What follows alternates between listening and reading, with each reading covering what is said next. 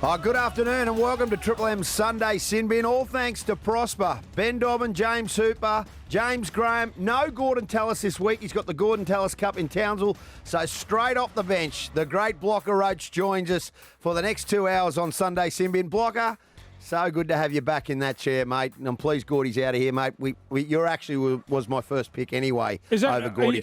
Are you the reason I'm on? Yes, mate. Yeah, I'm the one who said, mate, get Thanks, Block. mate. Get Block. We Thanks, don't need mate. Gordy anymore. How are you, mate? I'm going all right, mate. I was very impressed with the Broncos last night. Yeah, they were unbelievable. Weren't Through they? to a grand final. They 42 points to 12. Yeah, they were sensational. Payne Haas, unbelievable. With Flegler and Carrigan. I was just going to bring it up straight away off the top, and I'm a bit of a footy perv, as you know. Have we ever seen three more athletic blokes playing in the middle for any side? I'd like you to think about it. James Graham will come into it. Also Hoops. I'd like you guys to think about it. I'm talking about athleticism and speed across the line, all about 6'2", 6'3". Mobility is a big thing for them, and I'd just like to throw that out there at the start of the show to see whether you can come up with anyone or three more blokes that play in the middle that have got a little bit more mobility than those guys. I don't think I've seen it. Unbelievable. No, it's hard to think off the top of my head, but I tell you what, next Sunday, the match between the two middle threes, that is going to be insane. Yeah. Like, there's so many interesting battles that will be happening next week, but Haas, Flegler, Carrigan, the Yo, Liotta, and Fisher-Harris, like, how do you separate them? I've slightly Brisbane ahead, but then... You're already calling it? Wow. No. I'm saying slightly Brisbane ahead in terms of the middle three versus the middle three, but that is like a slight. But then you think Penrith, they've got Spencer Leniu that comes on. Like, then does that tip them in favour? It's going to be such an interesting battle next week. Good to see you, James. We'll be covering, obviously, both NRLW semi-finals this afternoon as well at the conclusion of this game. James Graham and myself calling the Broncos taking on Newcastle. James Hooper, a very good afternoon to you, mate. Big week in the news cycle, so much going on. And look, the two best teams are through to the grand final. I think everybody wanted that. They've been, without doubt, the clear two best sides throughout the course of the competition. And it's mouth-watering. Penrith v Broncos next Sunday. Yeah, good afternoon, Ben. Afternoon, Blocky and Jimmy. Oh, look, can't wait. It is dead set a sensational grand final. They have been the standout sides all season. And I think once the final series was decided, the opening week of September, this was the game that everybody was anticipating and also had the fingers crossed going, that's the grand final that can deliver an absolute epic product. So many brilliant, different narratives. You got the father-son combination on both sides now. Billy Walters last night, I think that's probably the best game we've seen from his entire career. He's a terrific story. You got Nathan and Ivan looking to replicate what the Eels did 81, 82, 83, Ben, 40 years ago. So, yeah, there's a lot of excitement around this game. They had 85 off, and then they won again in 86. Well, not if you listen to James Hooper. Did you hear that this week? I mean, we should just bring that up, that you've decided that he's just rattled off these stats like some expert. Not only was he on the award-winning NRL 360 this week, but he threw in another premiership. He threw in 84 just for good measure. And you can thank that. That's a Bulldogs premiership that year, mate, the mighty Bulldogs. But you somehow decided to bungle that up and got tongue-tied, and you give him four, mate, in a row. I did get tongue-tied, Ben. I made a blue, and I was talking about Jack Gibson, Ding Dong, The Witch is Dead, 81, 82, 83. And anyway, I've said it, and then I went, of course, 82, 83, and I went, hang on, I've got to 83 too quick here. Hoops, it's all right, mate. You made a mistake, mate. No, You're not Fonzarelli. Well, he doesn't admit that very often, Brock. It's very rare for him to admit that he's wrong. So I think it's a part of the journey, mate. Well done. Hang on a moment. Pot kettle black here. What do you mean? We all make mistakes, but I think last week you said that you fancied Melbourne to win by 12. Declared 13 plus. I said they were morals. We all make mistakes. That's worse than the forward pass missing that we went on in yesterday's game. We're going to get to that. Okay, that's stand down material when you're making predictions like that. That's what you need to be taken. You want to take over? Almost be sectioned. He has taken over at stages. He has taken over. Yeah, and that's when things go real south. Anyway, let's talk about last night. Block, there was so much to play for both sides, the Warriors and the Broncos. And look, everybody's been super excited about what the Warriors have done. A remarkable year to get to a prelim. But Brisbane just absolutely dominated from the get-go. I understand there was a set play and they scored first, and there was also that intercept try. But when Brisbane got rolling, and you talked about those big three through the middle, there was just nowhere for the Warriors to hide. It was a really polished performance. Yeah, it certainly was. And the Warriors, to their credit, and they've had a great season, and, it was always going to be up against it when they played Brisbane up there at Suncorp. They came out, they had the week's rest. They came out, and you would never tell that they've had a week off. They just got straight into the groove. There was one stage in the first half I thought was the biggest turning point for myself. I think it got the 12 all, and then we saw the Warriors. They made two handling errors early in the tackle count, and the Broncos pounced on it, and they went in at halftime 24 points to 12. I think that was the big turning point in that first half. They looked like they lost a little belief. Sean Johnson injured a finger. I saw him make that tackle on Payne Haas, who made the 60-metre break, and I watched the replay, and he was grabbing him with one arm and his other hand with the finger. He didn't really go in and make that tackle. I think that bothered him for the rest of the game. And I think Wade Egan had a great start to the game. I love his little nuances around dummy half. He's a very clever player, but he got a couple of knocks in the head too, and I think that took away from him. I think they had a lot of struggling players to finish off the game, but taking nothing away from the Broncos. Once they got going, they scored that hat trick of tries the back end of that first half. She was all over at half time.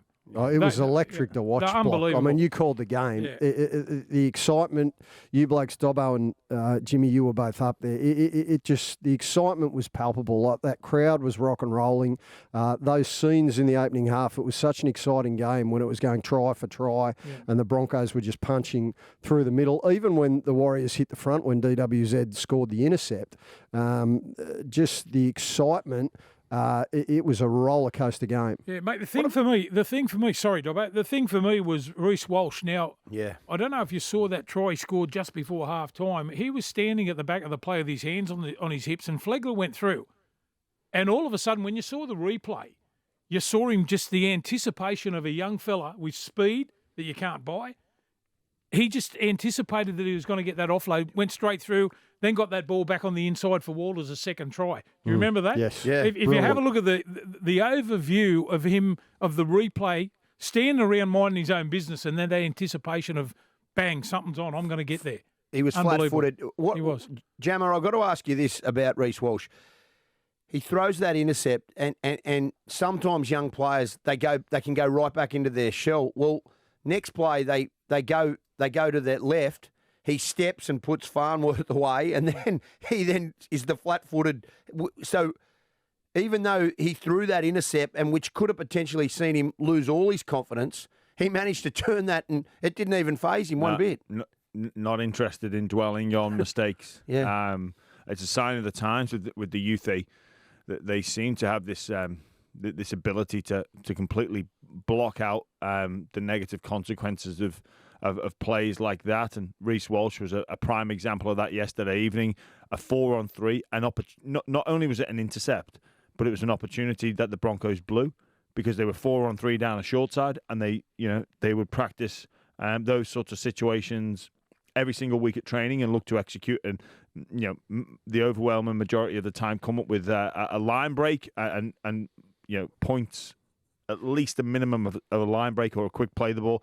But DWZ picks the ball out, they're behind the sticks, and then they went to a similar situation on the same side.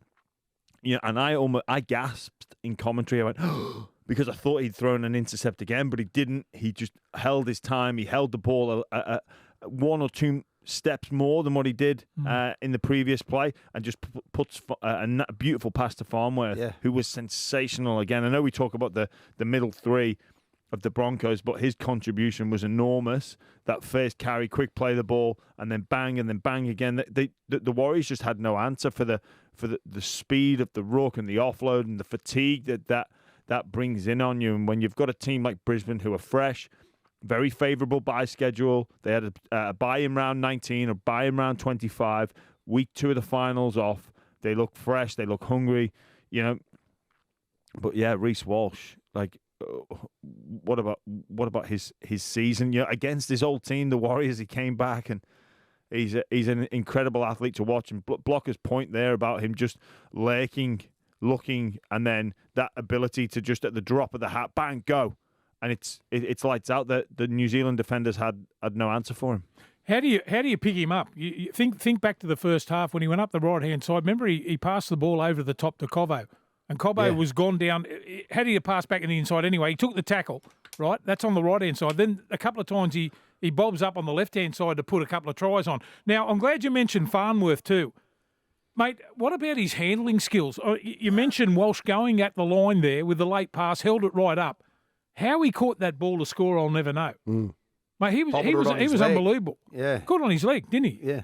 He's a freak. And on Walsh, the thing I love about the cavalier way that he plays the game, Block, is he's a risk taker. And when he does make an error, he doesn't let him. And Jimmy, you touched on it a minute ago. He's only 21 years of age. And one of the brilliant things about kids who are that age, or he's not a kid, he's a young man, they're fearless. So he'll go out, he'll make a blue in a big game like that. Plenty of players in that instance, in that sort of circumstance, would go into a shell, but not this young bloke. He just takes it on, brushes it off. He's got a little bit of that goldfish. James Maloney used to be a similar player where they'd make a mistake in a massive game and you go, whoa, hold on a minute, like that's a big blunder.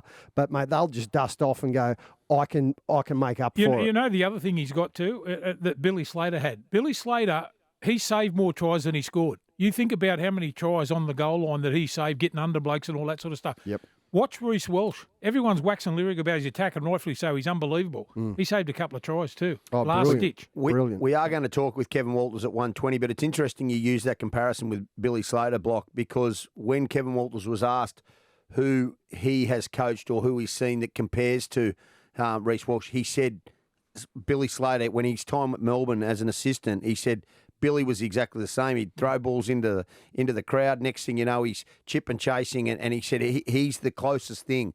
And I think when we look at the modern day fullback, Walsh and Slater, I mean, he's a future immortal. They are very similar in the way that they play with just express speed. Billy's an out-and-out champion, no question. Look, in all likelihood, he probably does become an immortal. The thing that scares me, Block, is Billy at 21, right, had lightning speed. This kid's got a better passing game. This bloke is the full package. Billy developed into the full package, right? But this young bloke at 21 years of age, he's already probably just a shandy in front of where Billy was at the same stage. Now, the challenge for Reece Walsh is going to be maintaining that, because Billy showed over the course of a long and decorated career, he just continually got there. But how good is it for Reece Walsh now that he's got Billy Slater being his mentor? Outstanding. Yeah, that's really important, that what you say, Buck, because Billy Slater, his attention to detail was across every opposition play, knew exactly what the opposition were going to do. And, as a 21-year-old, when you're in love with the game and riding all the highs, but, Reece will have some tests along his career, just like everybody does. But, you've got to back him to overcome that. And, the trajectory that this kid's on, it's incredible, and just like any good player, opposition defenders going knowing this. Like we know what Reece Walsh is going to do, what Billy Slater's going to do, but it's all right knowing. But what can you do about this thing? You can't do anything. Unreal. The big issue of the game, and we've got to talk about it. I mean, Block and Jammer, you guys have played the game at the highest level. Hoops, you and I have both been around it and commentated. I've never seen a worse decision than that forward pass. And I understand there was two in there because the Cobbo pass to Ricky, I think, was forward as well. But, I mean, Adam G, you would think off the back of that, nothing against Jerry Sutton, Adam G will get the grand final. But that was an absolute howler, and I don't know how we've come up with a solution to try and fix that. I've got one. Go. Lockie. I'd love to hear one. I've got one. Why don't we bring in from the bunker? Don't stop the game. I'll call him a whisperer. Right? So he comes in. Coach whisperer or the bunker you whisperer. You come straight in, the bunker whisperer, and he says to the referee, that's a blatant forward pass. Bang. That's it. Don't stop the game. Don't do anything like that. Mate, Mick Innes made an unbelievable comment in the game. He said the touch judge, why didn't the touch judge make the decision, right? He was right in front of him. The touch judge was no, right there. No, he couldn't keep up. I think he got beat for speed. Yeah. I think he got beat, and Walsh was that quick that he got through the gap that quickly. But if the bunker's sitting there watching the game and have someone in there that knows the game, of course, and just say to the referee, if he's wide up, just say, mate, that's a forward pass. Pull it up.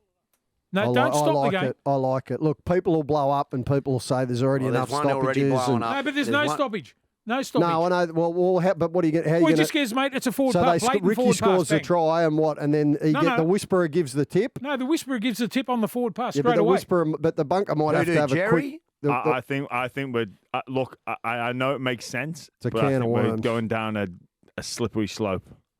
But if it affects a grand final, if that was 18 all and that try happens and it gets ruled on and you're in the Bulldogs side that misses out in the grand final, you're blowing up. I'm fuming, but our game needs to stand for something, and that is we can't have constant bunker interference. We are obsessed with getting every decision right. And yes, you take away the clangers, but then what about when someone's offside? Like leave if the fundamental problem is the referees and the touch judges have made a massive mistake. Yeah, they made a blue, Jimmy. They made a blue, Yeah, okay? But they've made a mistake in a high profile game. But just let the bunker interfere whenever they want. What's the point in even having a referee out there? And then the referee, what happens is they get less responsible for making decisions. Yeah, I'm just saying, it all comes things, at a consequence. But they get angst about making calls. Well, I don't need to say if that's forward, because if it is, the bunker's going to come in. Yeah, but the speed of the game is getting quicker and quicker. They had two referees. You took away one of them because you know what? They're saving costs. I get all that. But then these athletes, they're getting fitter, they're getting stronger, they're getting quicker. So the referees, they have to try. They're going to make more mistakes because fatigue sets in. That happens. So, well, they need to get fitter then. Well, mate, you've got to have some outside influence in the bunker. I understand you don't want them scoring. We're affecting the flow. Well, that was a try-scoring situation, so they should have gone back and had the whole play in sequence because that was a try-score. Okay, why don't we look at forward passes? Why do we have that rule? Why do we look for everything else apart from forward passes? Tell me the answer. Well, because they're hard for to a rule on. reason. Their interpretation. For a reason, their interpretation, right? That's why. There you go. So, did they bring Hoops the technology and Blocker? They're talking about putting a chip in a ball, and I mean, this is like. No, I don't like the chip in the duster. No, I don't like the chip in the ball. I don't think that's a good idea. Well, I don't know how you fix it. I don't know how you fix something like that. I mean, I like Blocky's bunker whisperer, right? Yes. I like it, the concept of it, Jimmy. I totally get your point of view, and there is a lot of people who will go blue in the face and blow up and apoplectic about, no, there's already enough technology. But the challenge that the game has is in a huge game like that on the biggest stage, the technology of the television cameras everywhere and the commentary is all so good. You blokes all in commentary pick that up immediately. I reckon the pass after was it forward. It was, and you called it like that 100%. on right? And you called it like that.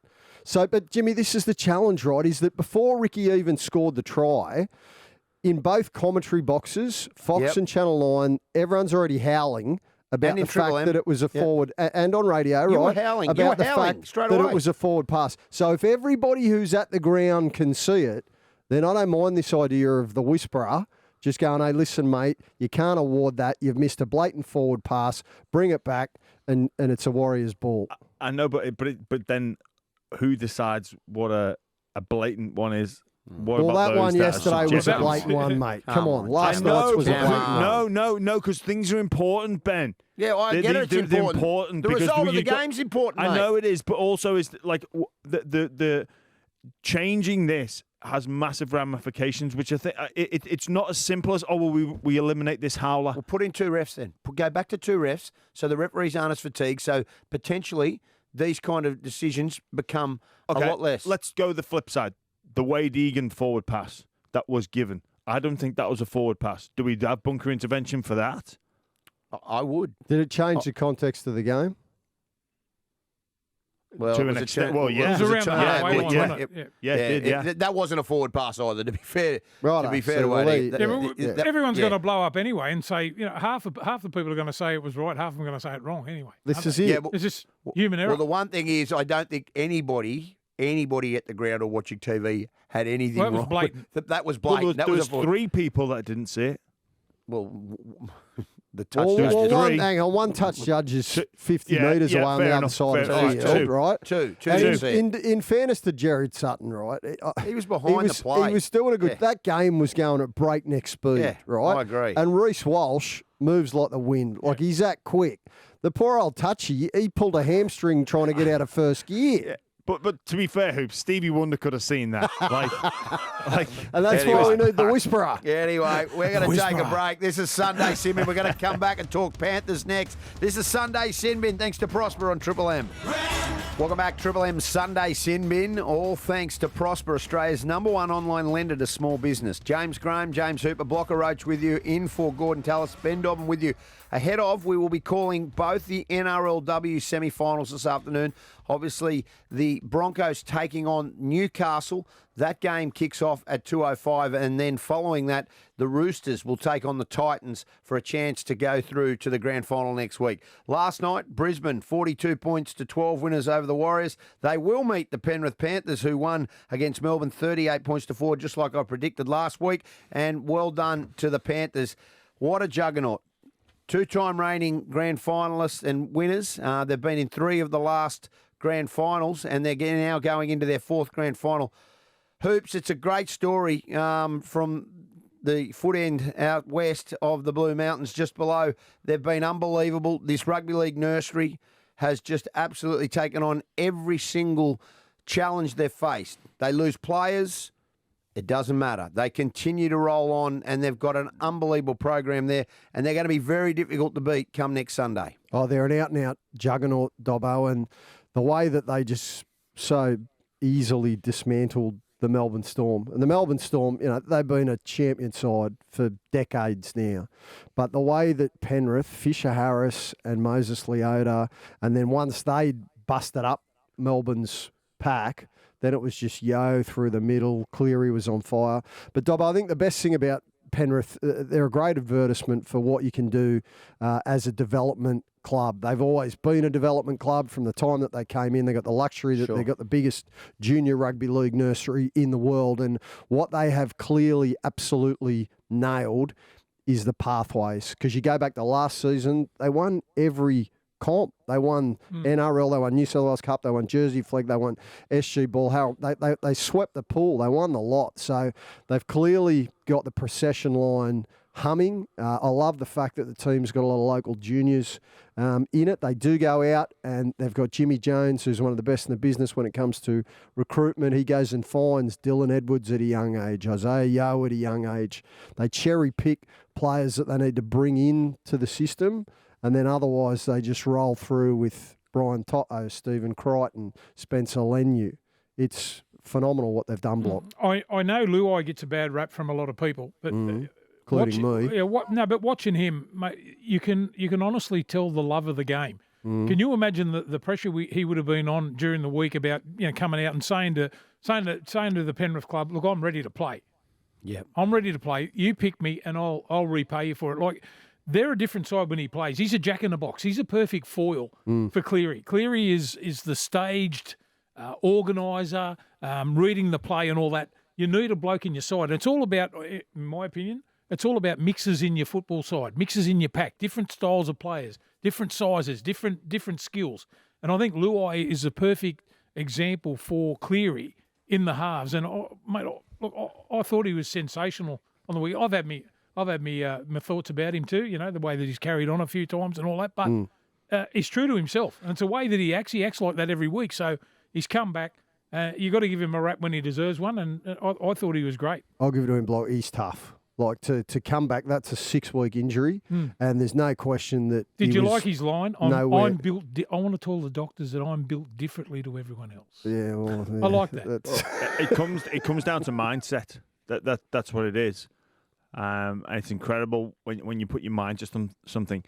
what you can achieve and the ability and the influence that your mind can have, even on medical things. So if anybody's that's seen the impact of the placebo effect, that comes down to the mind, because you think this way.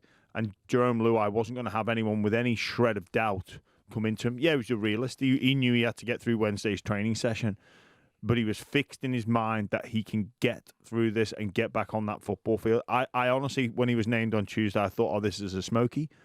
But, I doubted. I was not accounting for the mindset of Jerome Luai. He was, and the way he went about his game, because, he stood up defensively, but then with the ball, he didn't play like he had a sore shoulder. He didn't play like he was suffering from injury, which you could forgive him for, for not putting himself in those positions, not those jinking runs that has made him one of the best 5'8" in the competition. So, it's okay ticking the box and saying I'm fit and having that mindset, but then to go out and play like he did. Like, if you didn't know, if you were from America and came and watched our sport, or that game, and said, pick the player with the dislocated shoulder 4 weeks ago, I wouldn't be able to tell not you. in your first 30 couldn't picks. tell. Yeah, you're right. You're right. Hey, boys, how we're talking about bringing players through, and I always like to look at someone who's not a superstar in their side, but someone who does a job that no one really notices.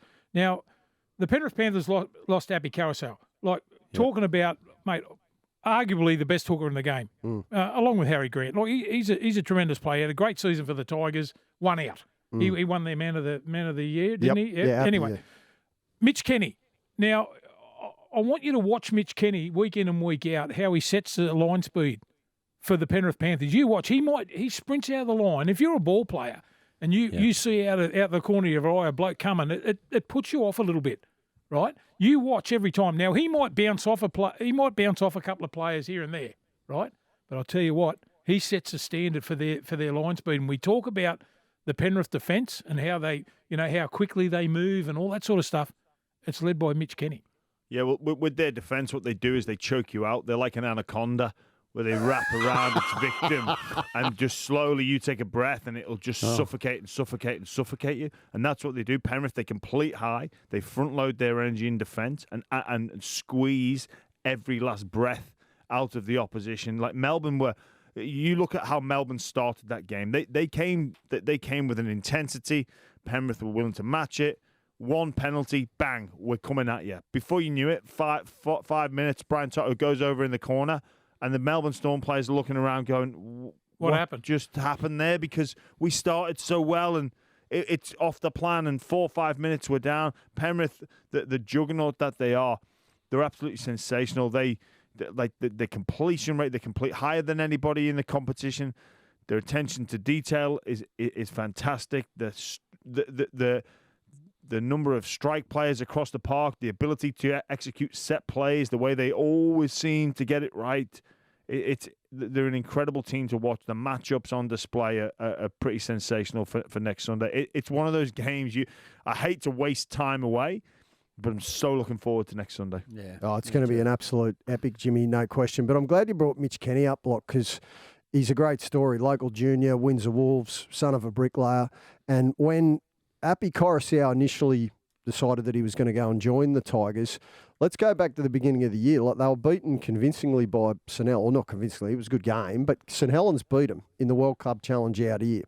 And then there was a couple little just chinks in the rhythm of the Panthers over the opening rounds of the season. And one of the questions was, well, is Mitch Kenny going to be able to replace... Not only replace him, but play for long minutes. That was the thing, wasn't it? With Appy Coruscant. But if you actually go back to last season, well, they were starting Mitch Kenny in a lot of the big games. He started in the grand final. And he's a different style of play. He hasn't got that subtlety. He hasn't got that deception that Appy Coruscant has. Not many hookers do out of dummy half. Like, he's extremely skillful, a la the bloke that you played with, Benny Elias, out of dummy half, Appy Coruscant. Welcome back to Triple M Sunday Simbin. All thanks to Prosper. Blocker Roach in for Gordy. Hoops, James Graham, Ben Dobbin with you ahead of the Broncos taking on the Newcastle major semi-final NRLW match. We'll be calling that, and also the Roosters taking on the Titans from 4 o'clock. Both games being called on Triple M this afternoon. Well, the beautiful Broncos, 42 points to 12 winners. You little ripper into the GF. and their coach is on the phone. Kevin Walters, go you good thing. Thanks, Dobbo. Yeah, it's a great feeling knowing that you're going to be involved, next Sunday. So we're all content with what happened last night, but also I understand there's a big job ahead the next week to take on the Panthers. Yeah. Kevy, I just want to give you a wrap here, and I understand, but you inherited a side that had won a wooden spoon, and I remember the day clearly. I think it was the 30th of September. You had to go to the Broncos merchandise store to buy yourself a T-shirt with a Broncos logo on it so you could do the press conference. The club didn't have, and you then, in 3 seasons, have got this side to a grand final. I understand there's other people who have been instrumental in this, but congratulations needs to go out to you because, mate, after winning 5 premierships at the Broncos, 1 with the Raiders, you know how to get it done, and you said that you're about winning premierships and getting this side back in the headlines. So congratulations because you've done that. Yeah, well, thanks, Dobbo. We haven't won any premierships yet, mate, so the target's still in front of us, which is good. But we're in a better position than 15 other teams this weekend. So that's very pleasing for us, but still, focusing on what's ahead. A big game for us next Sunday. It's great to be involved in it. Hey, Kevy, it's Jimmy Graham here, mate. Congratulations on the position that you're in, and honestly, your team is pretty cool to watch as well. Like, it's a pleasure to watch your team in action. I want to go drill into that point a little bit more. Obviously, you achieved so much as a player and now as a coach, but what's the difference in emotion? After that game, from playing to coaching, and obviously you've got a chance to be in some pretty rare company as winning it as a player and as a coach as well. Yeah, it was very different, Jimmy. Actually, yesterday was probably the most nervous and also excited I've been as a coach, given that last night's game was do or die as such. The loser sort of bows out, which was a different kind of feeling. But I've just got a lot of faith, I guess, in our playing group and particularly our leaders at the club. Reno, Capewell, Pat Carrigan, Payne Hask, Tony Staggs, and Tom Flegler's in that group as well. That they've just been so good for us all season. And as you know and are well aware, the great teams function with the strong leadership, within the playing group. And that's what our guys bring, particularly our captain, Reno. He's really been a breath of fresh air for myself as a coach. That coach-captain relationship has been really brilliant, really dynamic. We get on famously. We're not best of mates as such, but we actually understand each other. And yeah, he's been, a revelation for us in the 7 jumper. Hey, Kevy, congratulations, Blocker, mate. You're a perfectionist, mate. You love doing what you're doing. You can tell. You were animated in the dressing room at half time last night. 24-12, you're leading. What were you upset about, mate? Well, the boys were banging on about our attack and how it wasn't sort of going to, where we wanted it to go or how we wanted it to go. And I sort of said, well, let's not worry about our attack. Let's get our defence right. They've been down on our try line twice and picked up 2 tries and scored from an intercept. So that's not where it needs to be. Our defence has been the cornerstone of everything we've done well this year, and we didn't get it right, on last night, particularly our goal line defence. So I gave him a bit of a serve about that and fixed that up. And don't worry about the attack, because all of my football knowledge comes from you get your defence right and your attack just flows, on the back of that. So that was what the discussion was about. And I seemed to hit a point with a few of them because we did start the second half much better with our attack, but also our defence was much stronger as well. Mate, you've won 6 grand finals as a player. Unbelievable record. What would be your advice to young fellas going and playing into their first grand final with all that experience you've had?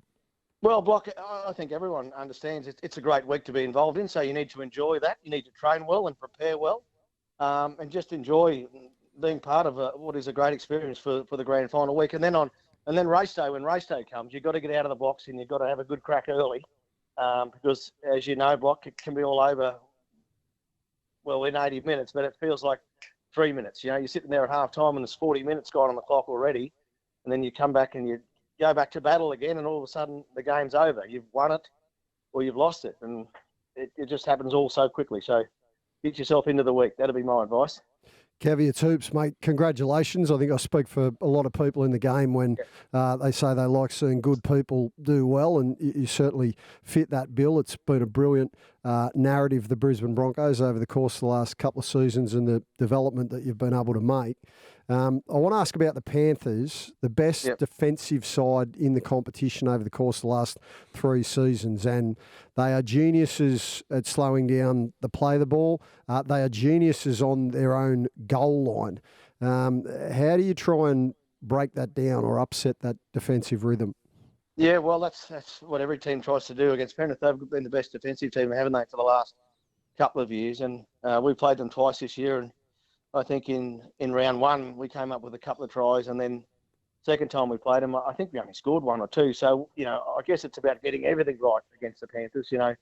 High ball control, high percentage there, and make sure you're grabbing your opportunities when they're there. We saw the other night with the Storm, they created a couple of scoring opportunities. And poor pass or a misdirected pass or something, some scrambled defence from the Panthers sort of stops the try. So I think when your opportunities are there again, I know when your opportunities are there against the Panthers, you've got to actually take those opportunities and convert that into points.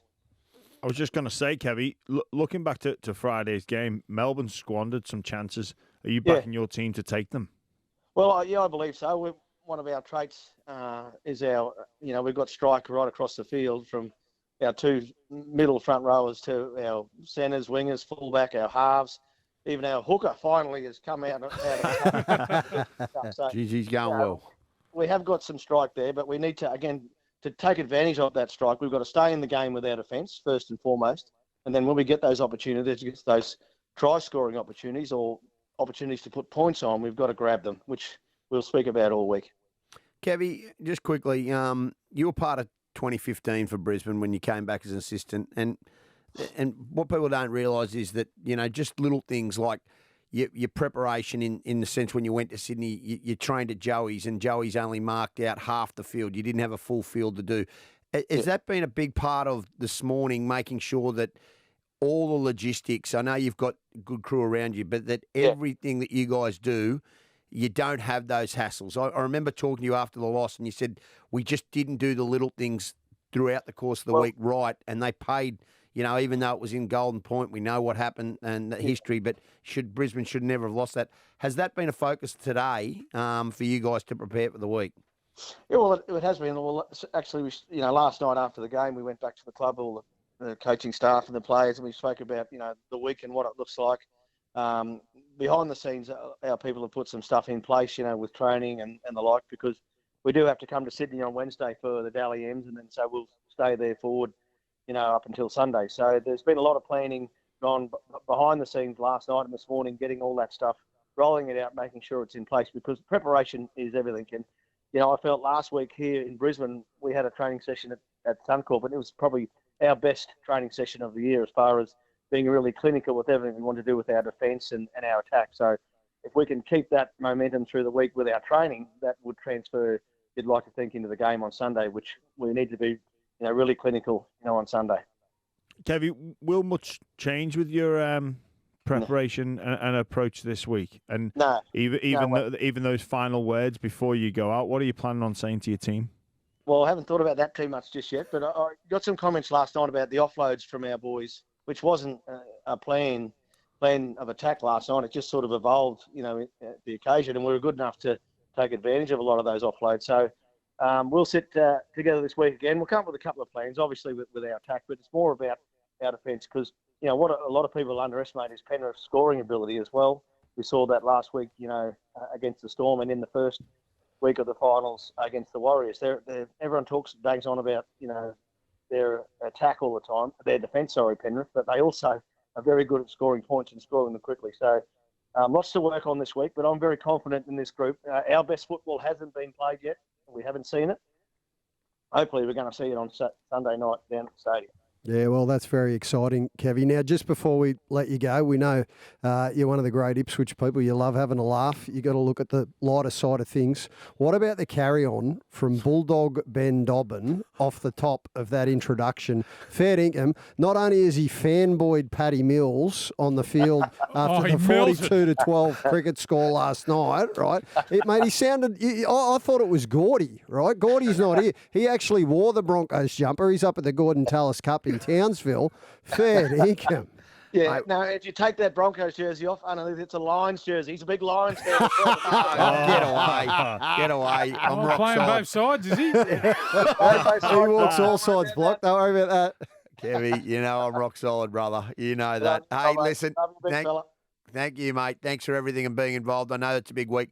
No doubt we'll talk to you closer to the occasion, but just a great result for Brisbane. When Brisbane are going well in the rugby league, you know the competition's going well, and well done for everything that you've done at the club. Appreciate your time today. Yeah, thanks, fellas. Thanks for having us. Enjoy the week, eh? Here we go. Good on you. Good on you, Kevy. All the best, Boy, mate. Kevin. Welcome back to Triple M Sunday Sin Bin. All thanks to Prosper, Blocker Roach, James Hooper, James Graham, Ben Dobbin with you, and we are calling both of the NRLW semi-finals this afternoon. The Broncos taking on the Newcastle Knights. I just got a message, and boys, and this is a great news story. Literally, our good friend Frankie Barrett literally just texted me and said, crowd is at least 16,000 at Newcastle. Huge lineups outside to get in. Now, for a standalone NRLW game in Newcastle, that's a phenomenal crowd for a semi-final. So well done to everybody up there. And you know, that's a really a great sign that obviously they're going to be behind their team this afternoon. So let's talk early predictions. And obviously, you know, we're a long way to go. Yes, Hoops? Oh, just an update on the Jersey flag at Combank as well. The Roosters are up 12-10. It's the first half, and there is still 5 minutes to go in the first half. Perfect. That's Roosters over Canterbury. Roosters over Canterbury. South Sydney taking on North Sydney in the New South Wales Cup Grand Final a little later on. Early preview of what will be an epic Grand Final. The two best sides in the competition. Penrith take on the Broncos. Both finished on equal points through the competition round, and both have had successful semi-final campaigns. Oh, where do you begin, boys? I mean, it is just exactly what the NRL wanted. It's exactly what the fans wanted. It's great for the game. I don't even know how you split these two at the moment, other than it's mouth-watering in every aspect. Well, there's two things that spring to mind in terms of coming out of both semi-finals that I don't. Brisbane don't miss the opportunities that Melbourne had, and also Penrith. They punish you if they get the lead where the Warriors couldn't. Yeah. So I'm like, you know, you can make a case for how the Warriors would kick on and score points where Melbourne couldn't. But you also make a case where Penrith just, like I say, they get you in that anaconda grip. The Warriors had them. They had them for a moment, but they just couldn't keep it going. But Penrith, I don't know if they allow Broncos back in with the same level of ease. They you know, you'd back Cleary to maybe get one of those goals, so it's not 8-6, it's 10-6, and that it doesn't sound like a lot, but it makes a difference. I reckon you got to flaunt with danger.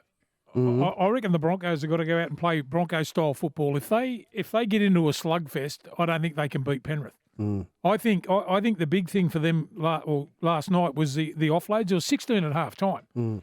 I don't think you got to throw impossible offloads, but you got to spread the ball. You got to move. You got to try and move the Panthers around. Now the Broncos, the real good sides now, like the Broncos, the Warriors, and the Panthers, they have at least 3 goes at every set of 6 tackles. I think if they go into their shell and try and play, you know, dominant football for 80 minutes and just have a slugfest, I don't think they can beat them. I think the experience of the Panthers will get them home if they play that style of footy. If Broncos play the style that they can play and throw that ball around and get all those offloads and dominate through the middle, I think they're the only side in the competition that could beat the Panthers. Well, it's interesting after listening to Coach Walters there, and he said he didn't plan for those offloads. Now, if we believe that... No, they didn't. They didn't. Well, okay. If we believe that, then that's the approach that they've got to take, because you can't go in with a premeditated idea that you need to offload the football, otherwise you'll make mistakes. But if they get themselves in positions to create offloads and to find that second phase of attack, then you've got to take the opportunity. So I think it's a bit of an attitude of, hey lads, we're not going in just looking to offload the football by any means necessary and throw the hand grenade out the back, the 60-40 or the almost impossible ones. It's, boys, we go, if it's on, it's on. Yeah. And Penrith won't give you as many opportunities to offload the football like the New Zealand Warriors did. But when that opportunity's on, because we've seen teams take advantage like Parramatta, they do that. That's how they beat them. You look for evidence on how to beat this team. Parramatta do it better than anybody, and that's how they do it. Yeah, look, it's going to be a beauty. We can't wait for it. It's not far away either. We've got 7 days till the grand final. You'll hear all of the action live here on Triple M. James Graham's toughest player. That's up next. This is Sunday Sin Bin on Triple M. Triple M's Sunday Sin Bin. Need funds for your small business? Get faster.